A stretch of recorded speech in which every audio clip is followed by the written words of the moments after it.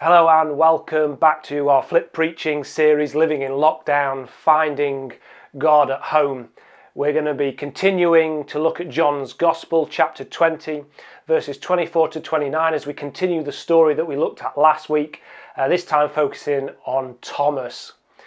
Now, if you've had a chance to read the passage, then you'll know a bit about the story. If not, you might want to just pause the video, go and find a Bible or go on Bible Gateway and just read through this story. I'm sure you remember it from hearing it preached on many times, but it's always worth just to refresh our memories about how it reads. And basically, the first few verses, or the first verse, is the end of what happened last week. You know, Jesus has appeared in this locked upper room where the disciples are gathered because they're afraid for their lives, and he's revealed himself to them. And then as Jesus has obviously gone, Thomas turns up from wherever he may be. Maybe he was the designated person sent out to go and buy the supplies so that they all had food to eat and they all didn't need to leave the house. You know, maybe he'd gone on his essential piece of exercise for the day. He was just stretching his legs, but he missed it. He missed Jesus coming and revealing himself to the disciples.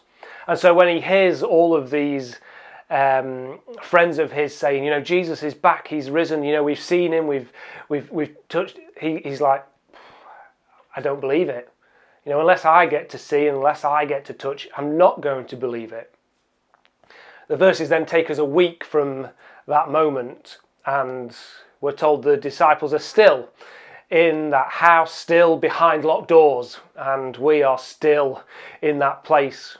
I was doing that practice that we've been doing in our Zoom groups, a practice that's been around for many centuries, where we pray and we read through the passage, and then we just allow words to jump out and grab us, phrases, and we read through it again and just allow God to speak to us through the reading, and for particular bits to strike us. And I have to admit, the first time I went through these verses, the bit that, you know, hit me between the eyes was the bit they were in that house again.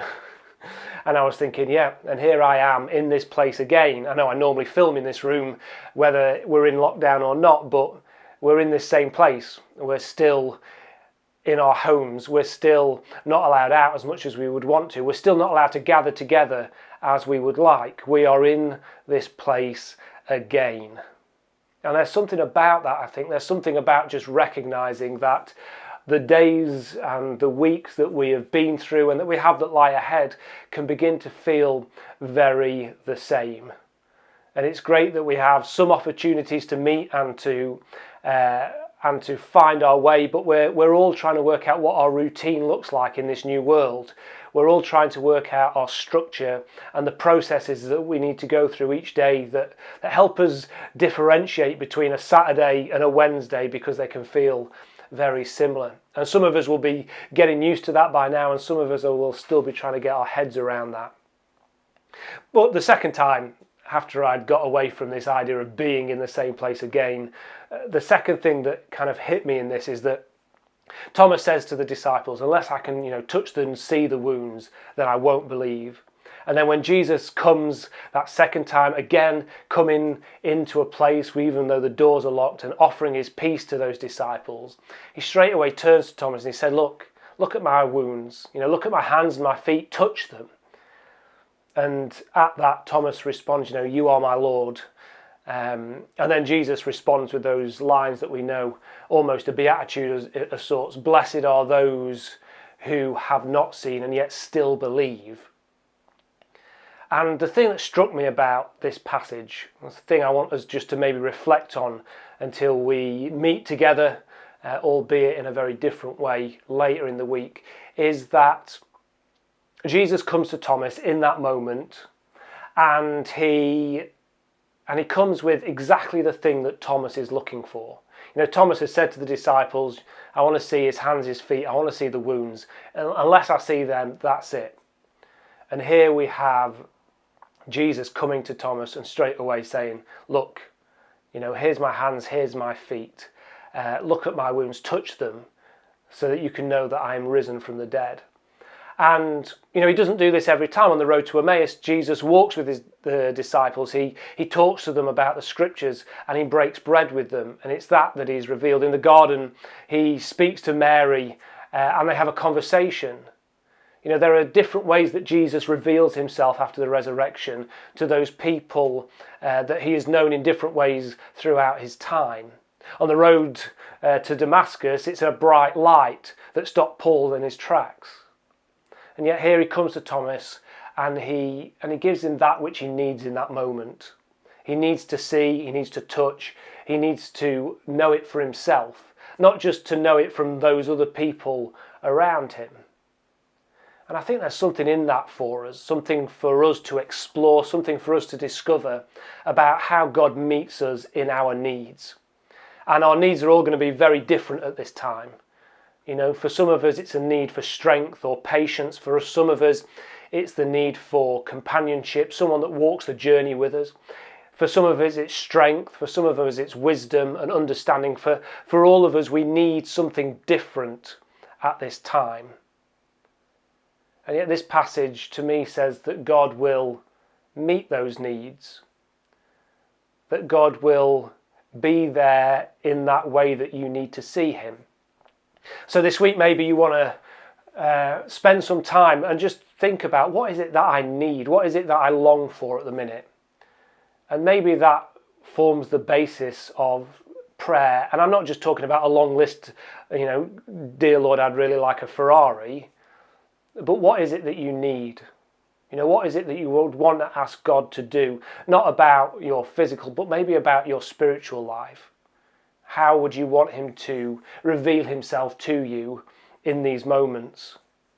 And I believe that, as Thomas had said, this is what I need. Jesus came and he gave it to him.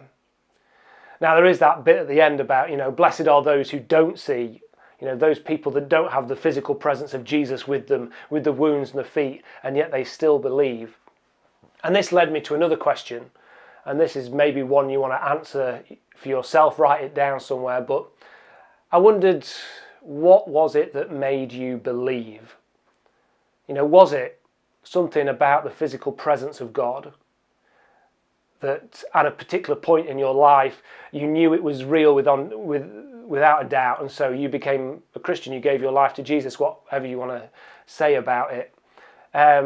Was it a gradual process, or is it something where you've always just known that God was there and that's where you still are? What is it that made or helped you to put your belief, your faith in Jesus? And then I want to kind of say, what is it that in this time, what is it that you need to put your faith in as we move forward? What is it that would help, not put your faith in, what would help feed your faith at this time? If church was that thing, when you gathered together with all of these other people, when we sang hymns together, when we shared scripture, where we broke bread and drank wine, whatever it was about that gathering that kept you going week to week to week, and we don't have that in the same way now. What is it you need in these moments in order to help continue your faith to grow and to flourish? What is the oxygen that is feeding your journey with God at this time? It could be that this is just another 3 weeks. It could be that it's another 3 months. It could be that it could go on till September or October or November. So what is it that you would need to help you believe each and every week, each and every moment as we go forward? Because that's important for me to hear, it's important for others to hear as we try to work out what this looks like.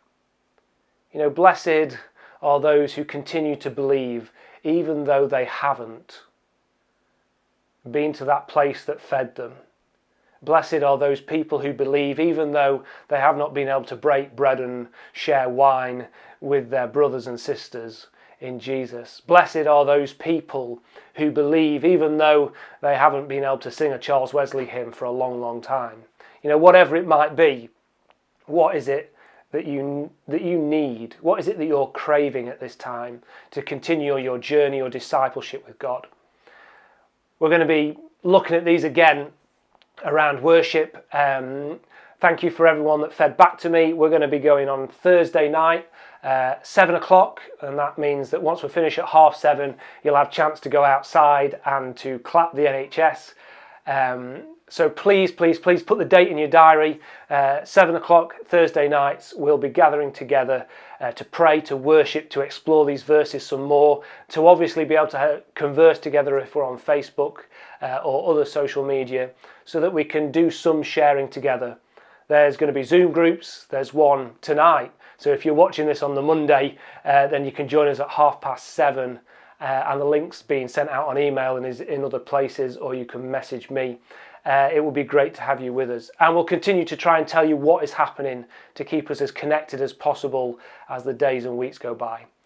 It's been great sharing this with you. I hope you're all well, and please take care. Bye.